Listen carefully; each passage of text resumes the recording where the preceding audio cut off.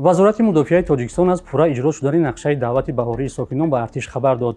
Ин ниҳод рӯзи 24 май бо нашри иттилоияе гуфт нақшаи даъват дар вилоятҳо ва тамоми шаҳру ноҳияҳои кишвар пеш аз муҳлат иҷро шудааст.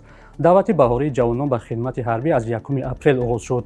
вазорати мудофиа мегӯяд сифати чорабиниҳои марбут ба гусели шаҳрвандон ба хидмати ҳарбӣ хуб ба назар мерасад. аммо имсол дар 2 моҳи ахир марги 4 сарбоз Исрофил Азимзода, Ғолибҷон Иброҳимов, Шаҳбоз Ҷонмаҳмадзода ва Одилҷон Исломзода расонаӣ шуд ва боиси вокунишҳо дар ҷомеа гардид. ваколатдори ҳуқуқи инсон дар Тоҷикистон дар як гузориш гуфт соли 2025 ҷиноятҳои ҳарбӣ 123 ададро ташкил медиҳад ки аз инҳо 66 адад ҷиноятҳои муносибатҳои ғайри оиномавӣ мебошанд.